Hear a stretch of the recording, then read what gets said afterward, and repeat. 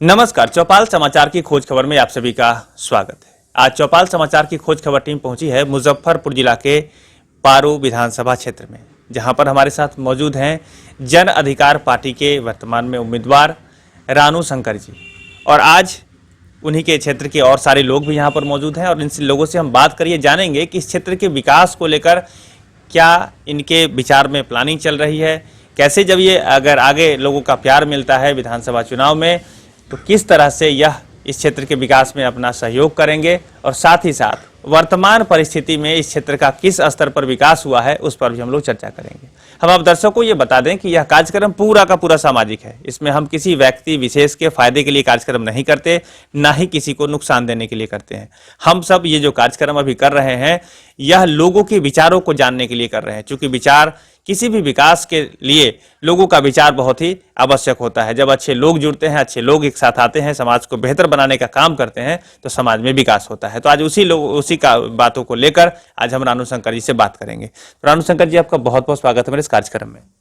नमस्कार रानू शंकर जी, हम सबसे पहले जानेंगे कि अभी हमारे देश में आज़ादी को इतने साल बीत गए, अभी हम लोगों ने 74 साल बनाया अभी आज़ादी का, तो आज जो परिस्थिति है आपके पारू विधानसभा क्षेत्र की विकास को लेकर, वो किस स्तर पर आप उसको आंक रहे हैं? कैसा विकास हुआ आपके क्षेत्र में? हंसी आती है जब आपको समाज का चौथा स्तंभ कहा जाता है। मीडिया समाज का चौथा स्तंभ होता है और मीडिया इस बात को प्रखरता के साथ समाज जनमानस के पटल पे नहीं रख पा रही है। इसका मुझे बहुत दुख है। किस आज़ादी की बात करते हैं, किस गांधी की बात करते हैं, किस विकास की बात करते हैं, किस शिक्षा की बात करते हैं, हमारे देश के यशस्वी प्रधानमंत्री किस भ्रष्टाचार की बात करते हैं? शायद उनके कानों तक, शायद उनके जानकारी में नहीं होगा। भारत बिहार के आज़ादी के 72 वर्षों के बाद पारू को एक ऐसा नकारा अशिक्षित जनप्रतिनिधि मिला है जो 8वां पास है। पारू के जनता के सर पे कोर है ये जनप्रतिनिधि। किस विकास की बात करते हैं? क्या इस धरती पे, इस प्रकृति में बिना शिक्षा के विकास का बात संभव है क्या? क्या मोदी जी चाहते हैं पारू विधानसभा का 3.25 लाख जनता शिक्षित रहे? विकास तब तक संभव नहीं है जब तक क्षेत्र का जनता क्षेत्र की एक एक समस्या को शिक्षा से नहीं जोड़ा जाएगा। गांधी का जो मिशन था वो शिक्षा था। गांधी और गांधी की पत्नी गांव गांव घूम के शिक्षा की बात किए थे। मैं स्वर्गीय देश के, बिहार के और मुजफ्फरपुर के महान स्वतंत्रता सेनानी बाबू राधा मोहन सिंह को अनुसरण करता हूं। किस शिक्षा की बात करते हैं? इस पारू विधानसभा को पहला कॉलेज राघव प्रसाद सिंह कॉलेज देने वाला बाबू राधा मोहन सिंह थे। उसके फाउंडर कमेटी के चेयरमैन थे बाबू राधा मोहन सिंह। शायद क्षेत्र की जनता को नहीं पता होगा, उसका पत्र मेरे पास है। जिस पंचायत में बैठ के आप विकास की बात कर रहे हैं, इस पंचायत को शिक्षा से 4 स्कूल दिया, लाइब्रेरी दिया, क्या नहीं किया उन्होंने।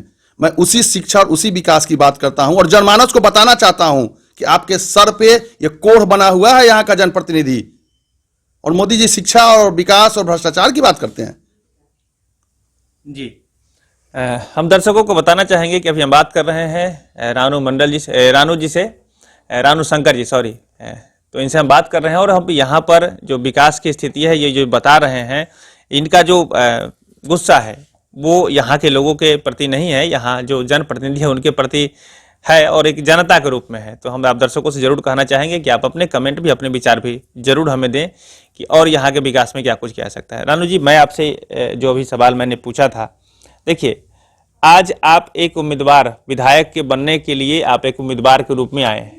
मैं ये जानना चाहता हूं अपने समाज के लिए, आप ही के समाज के लिए, कि आपके विचार में यदि कोई जनप्रतिनिधि ने नहीं किया काम तो अब आप जब आए हैं तो आप अपनी बात समाज में कैसे रख रहे हैं, कैसे आप उस विकास को रास्ता उसका तय करेंगे, वो हमारे दर्शकों को बताएं। चूंकि हमारे दर्शकों में आपके क्षेत्र से भी बहुत सारे लोग जुड़े हुए हैं और आज जो आपकी बात सुनेंगे तो उन्हें एक आशा की किरण जगेगी। इसको लेकर मैं आपसे बात करना चाहता हूं। तो आप बताएं कि अभी पारू का जो क्षेत्र में विकास नहीं हुआ है तो आपके नजर में क्या ऐसा चीज है जिसका विकास होना चाहिए था? जैसे आपने एक शिक्षा की बात की, और आगे क्या कुछ होना चाहिए था?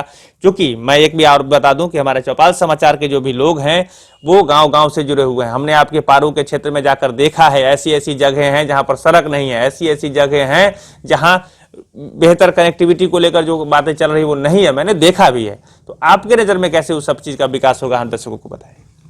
देखिए, पारू की महान जनता ने अगर मुझे एज ए लेजिस्लेटर सदन जाने का मौका दिया, पारू के जनता से मैं ये वादा करता हूं, बिहार के 243 विधानसभा में पारू मॉडल विधानसभा होगा। विकास की गंगा बहेगी। विकास क्या होती है ये पारू का जनता देखेगा। 3 साल के अंदर हमारे पार्टी का स्लोगन है 30 साल बनाम 3 साल।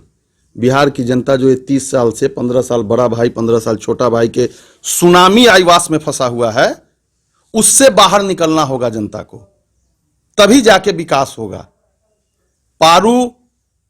मैं पारू के जनता का अंतःकरण से कण कण से आभारी हूं कि यहां तक उन्होंने मुझे पहुंचाया है। और पारू के जनता ने मुझे एक बार सदन जाने का मौका दिया 5 साल के लिए। 3 साल में पारू राष्ट्रीय फलक पर नहीं होगा तो 2025 में रानू शंकर पारू के जनता से वोट का भीख मांगने नहीं आएगा। ये तो वोट है जो मुझे उनका चाहिए सदन में जाने के लिए, ताकि मैं जनता के लिए अधिक से अधिक काम कर सकूं, अपनी बातों को सदन के पटल पे रख सकूं। विकास तो करने की जज्बा होनी चाहिए आपके अंदर। विकास करना, अपना विकास करना है कि क्षेत्र के जनता का विकास करना है। सड़क है, स्कूल है, शिक्षा है। जनता को शायद पता नहीं है, पारू धरोहर है, धरोहर। पारू में ऐसा ऐसा चीज है जो राष्ट्रीय फलक पे नहीं, दुनिया के फलक पे पारू आ सकता है। आपने आम्रपाली का नाम सुना होगा, इसी पारू विधानसभा की रहने वाली थी आम्रपाली जी। वैशाली का नाम सुना होगा, गणतंत्र और लोकतंत्र की जननी है वैशाली। इसी पारू विधानसभा का बॉर्डर शुरू होता है पारू विधानसभा से, वैशाली का। आपने गांधी का नाम सुना होगा, ये बेतिया राज सड़क है जिस सड़क से 1934 में गांधी भूकंप के बाद चंपारण गए थे और कमलपुरा में स्वराज आश्रम का नींव डाला। काम करना चाहिए ना, काम होना चाहिए ना। जनता को विकास कैसे, विकास दिखना चाहिए ना कि क्षेत्र का विकास कैसे हुआ है। जी। अच्छा, एक बात मैं आपसे व्यक्तिगत आपका अनुभव जानना चाहूँगा कि अभी जब आपने इन सब चीज़ों का बात किया, तो आज जो अभी वर्तमान में आपके क्षेत्र के विधायक हैं वो कई बार से जीत कर आते हैं सामने, तो क्या कारण है कि लोग उनको वोट दे रहे हैं? आप एक बार अपने विचार में बताएं। जाति और पार्टी। तो अभी जो बात आपने बताई, तो मैं आपसे ही जानना चाहूँगा कि जिसमें जनता, आप ही के विचार में जनता जिसमें उलझी है जाति और पार्टी को लेकर, तो आगे इसके निदान के लिए क्या कुछ रास्ता निकाला है आपने? क्या कोई जागरूकता अभियान चलाया है या लोगों को जागरूक कर रहे हैं? किस तरह से जागरूक करेंगे जब वो पिछले भी कई बारों से लोग घूम रहे हैं, ऐसे ही कर रहे हैं? तो इस पर क्या कुछ प्लानिंग है आपका? बेहतर है। देखिए, जनता मालिक होती है। जनता को अपना निर्णय लेना है कि हमको कैसा जनप्रतिनिधि चाहिए, मेरी बातों को कैसे सदन के मानस पटल पर। मैं ये लड़ाई लड़ रहा हूँ, मैं पहली दफ़ा चुनाव लड़ने आया हूँ। 15 साल समाज के लिए सामाजिक स्तर पर काम कर रहा हूँ, समाज के उत्थान के लिए, समाज के विकास के लिए, समरसता के लिए। समाज में जाति, यहाँ जो जितने लोग बैठे हैं, मुझे लगता है कि लगभग हर जाति के लोग यहाँ बैठे हैं। समाज में काम करने के लिए जाति बहुत बड़ा मुद्दा नहीं है। ये स्थानीय विधायक का मुद्दा, पर्सनल मुद्दा हो सकता है, जिसको भजा के वो 3 बार से यहाँ विधायक हो रहे हैं। उनको गर्व होना चाहिए। उनको पारू की जनता ने देश की आज़ादी के बाद सबसे अधिक समय दिया है, 15 ईयर्स, 1.5 दशक। 18 साल में तो वोटर जुग, 12 साल में जुग बदल जाता है। जो वोटर 15 साल पहले वोटर नहीं था, आज वो वोटर रहा होगा। 2005 में जो वोटर नहीं है, तो उनको एक पार्टी, दूसरा जाति, विकास, क्षेत्र का विकास से तो उनको कोई बहस है नहीं। शिक्षा से बहस है नहीं, क्योंकि खुद वो अशिक्षित हैं, 8वां पास विधायक हैं। तो हमको उस चक्कर में, उनके इस सुनामी में, आईवास में नहीं जाना है। मुझे अपना काम अनवरत करते रहना है। जी, ठीक है। तो अभी आप सुन रहे हैं रानू शंकर जी को, जो बता रहे हैं यहाँ पारू की स्थिति।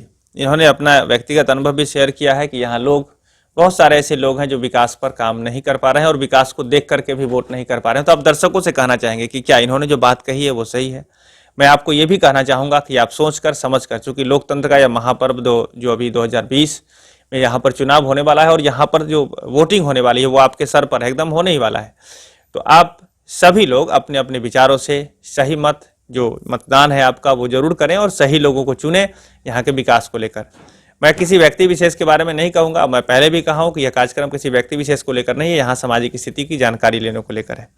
तो अभी हम रानू जी से बात कर रहे हैं और हम ये आगे भी आपको ऐसी ही जानकारी, चूंकि आपको मैं बार बार कहता हूं कि जब भी आप कमेंट करेंगे कि इनसे और क्या जानकारी चाहिए, तो हम बाद में भी आकर इनसे पूछेंगे। चूंकि चौपाल समाचार एक कड़ी है, जब इसमें लोग जुड़ते हैं तो हम लोग बार बार इनके पास आएंगे और इनसे जानकारी लेकर यहाँ के विकास में सहयोग करते रहेंगे।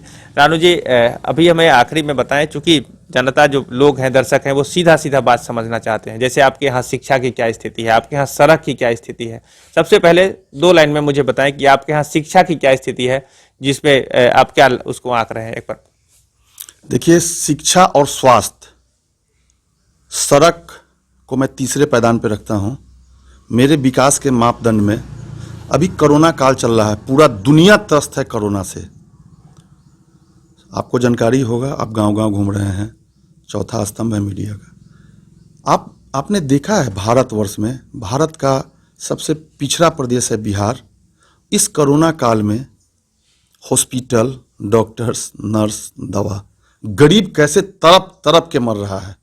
पारू विधानसभा का ऐसा कोई पीएससी बता दीजिए जिसमें एक थर्मामीटर मौजूद हो। क्या यह जवाबदेही है यहाँ के स्थानीय विधायक की नहीं है?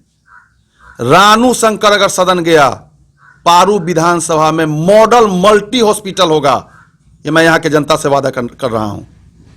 स्वास्थ्य मनुष्य के जीवन का सबसे महत्वपूर्ण और मूल समस्या है, जिसपे काम होना इतना जरूरी है। आपको जिंदा रहने के लिए आपको हॉस्पिटल, पैसा वाले लोग तो दिल्ली, बॉम्बे, अमेरिका, इंग्लैंड जाके इलाज कराते हैं। भारत का अंतिम पायदान का गरीब जनता कहां जाके इलाज कराएगा?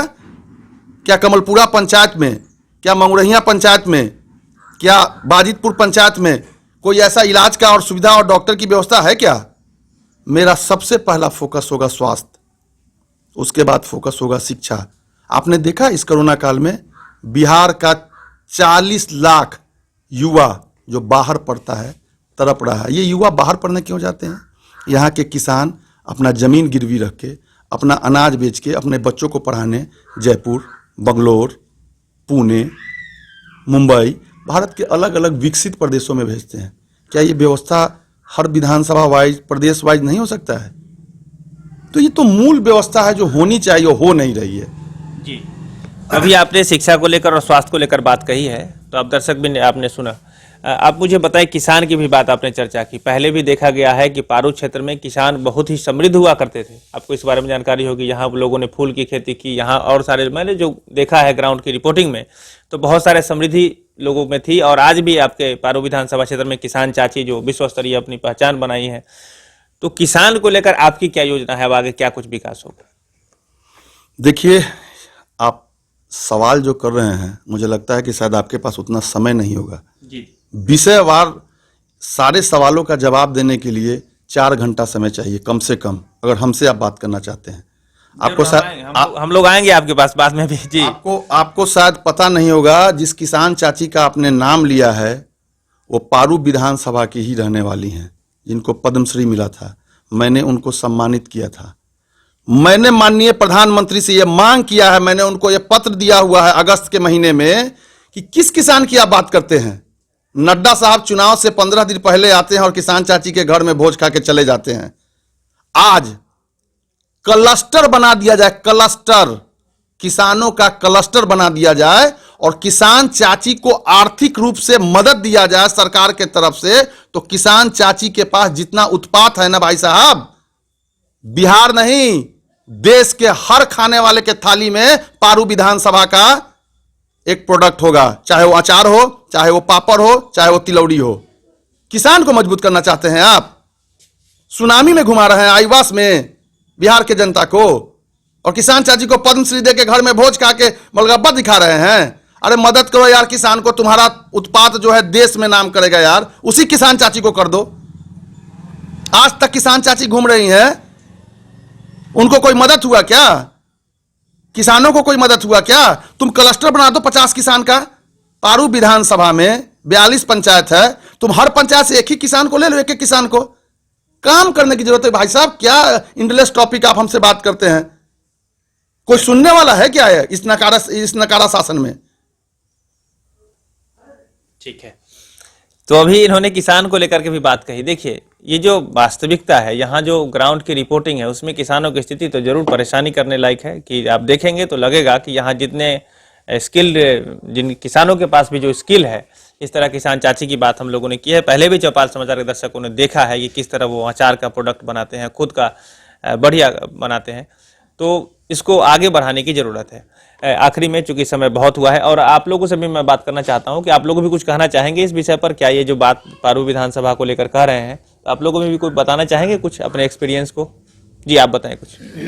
ये ना जो कहेंगे वही सही रहा, जो कहे हैं ना जी रानू शंकर जी, जी। सब कोई मान रहा है उस बात को, उतना ही दिक्कत है, सब कुछ नहीं। जी, तो इनका भी समर्थन है। और आप लोग भी कुछ कहना चाहेंगे? आप भी युवा हैं, आप भी कुछ कहना चाहेंगे? नहीं, ठीक है, कोई नहीं। आप कुछ कहना चाहेंगे? जी जी, हम लोगों के समर्थन में रहेंगे। जी जी, आप उम्मीदवार का जो ग्रीवांसेज है, जी जो ये कहे हैं, जी जहाँ क्षेत्र के काम के लिए इनको जनता यदि मौका देती है तो इस क्षेत्र का विकास का झंडा ऊपर करेंगे। चलिए, मुझे आशा है कि आप इनको मौका देने जा रहे हैं ना, आप तो कम से कम देंगे। क्या बता रहे हैं आप? एकदम हम लोग जी जान से इनको मौका देंगे, जहाँ तक होगा वहाँ तक कोशिश करेंगे जहाँ ये आगे बढ़ें और क्षेत्र का विकास करें। चलिए, तो यहाँ पर आप लोगों ने देखा कि लोग यहाँ पर समझ लीजिए कि जितने भी जनता भी हैं यहाँ पर, अभी वर्तमान में यहाँ पर उम्मीदवार भी हैं, तो सभी लोगों का सहयोग होकर यहाँ पारू के विकास के लिए काम किया जा रहा है। रानू जी, आप मुझे आखिरी में, चूंकि समय बहुत हो रहा है, तो हमारे दर्शकों के लिए आप, चूंकि आपके इस हमारे दर्शकों में आपके क्षेत्र के लोग भी हैं, तो अपने स्तर से क्या कुछ मैसेज देना चाहेंगे इस विधानसभा चुनाव को लेकर? विकास, विकास और केवल विकास, इसके सिवा मैं कोई संदेश नहीं देना चाहता हूं। ये कोई प्रचार का माध्यम नहीं है। मेरा मिशन ही है जनमानस के लिए काम करना, क्षेत्र के लिए ही काम करना। जनता मौका देगी तो मैं काम करूंगा, नहीं मौका देगी फिर भी अनवरत मैं 15 साल से काम कर रहा हूं। मैं किसी पद पे नहीं हूं। आप जहां बैठ के ये इंटरव्यू ले रहे हैं, यहाँ करोड़ों रुपया का कार्य मेरे द्वारा इस पंचायत को मॉडल बनाने के लिए मैंने कमलपुरा को और गांधी आश्रम को धरोहर घोषित करवाया है। ये कार्य चलता रहेगा, अनवरत चलता रहेगा। गांधी का मिशन था कि चलते जाओ, चलते जाओ, चलता रहूंगा, काम होता रहेगा। तो आप सभी का बहुत बहुत धन्यवाद। रानू जी, आपका भी बहुत बहुत धन्यवाद। हमारे दर्शकों का भी बहुत बहुत धन्यवाद कि आप इतने समय तक हमसे जुड़े रहे हैं और आप इस कार्यक्रम को आपने देखा है। आगे भी इसी तरह की ग्राउंड की रिपोर्टिंग, और इन्होंने जो बात कही कमलपुरा, कई बार मेरे मन में भी आया और दर्शकों का भी एक दो मैसेज आया है कि कमलपुरा से संबंधित और सारी जानकारी भी आप तक पहुंचाएं। तो रानू जी, हम आपसे ये भी आग्रह करेंगे कि और आगे समय दें हमें, और फिर हम जो आपके कमलपुरा क्षेत्र में जो आपने बताया गांधी जी के आश्रम और चीज़ों के विषय पर, उस पर भी हम लोग आगे चौपाल करेंगे। जी, तो आप दर्शकों को कहना चाहेंगे कि आगे भी ऐसी ही खबर, एक मिनट, आगे भी ऐसी ही खबर लेकर हम आपको ग्राउंड से आप तक पहुंचाते रहेंगे। आज के लिए बस इतना ही। और आप दर्शकों से ये भी कहेंगे कि यदि आप ऐसी ही खबर और चाह रहे हैं और किसी जगह से चाह रहे हैं तो जरूर कमेंट करें और हम वहां पहुंचकर ग्राउंड से रिपोर्ट लेकर आप तक पहुंचाएंगे। आप सभी का बहुत बहुत धन्यवाद। इसी तरह से ये कड़ी बनी रहे, हम लोग समाज के विकास के लिए काम करते रहें। आज के लिए बस इतना ही। कैमरा पर्सन धीरेन्द्र कुमार के साथ मैं हूं अभिषेक आनंद, चौपाल समाचार मुजफ्फरपुर के लिए। धन्यवाद।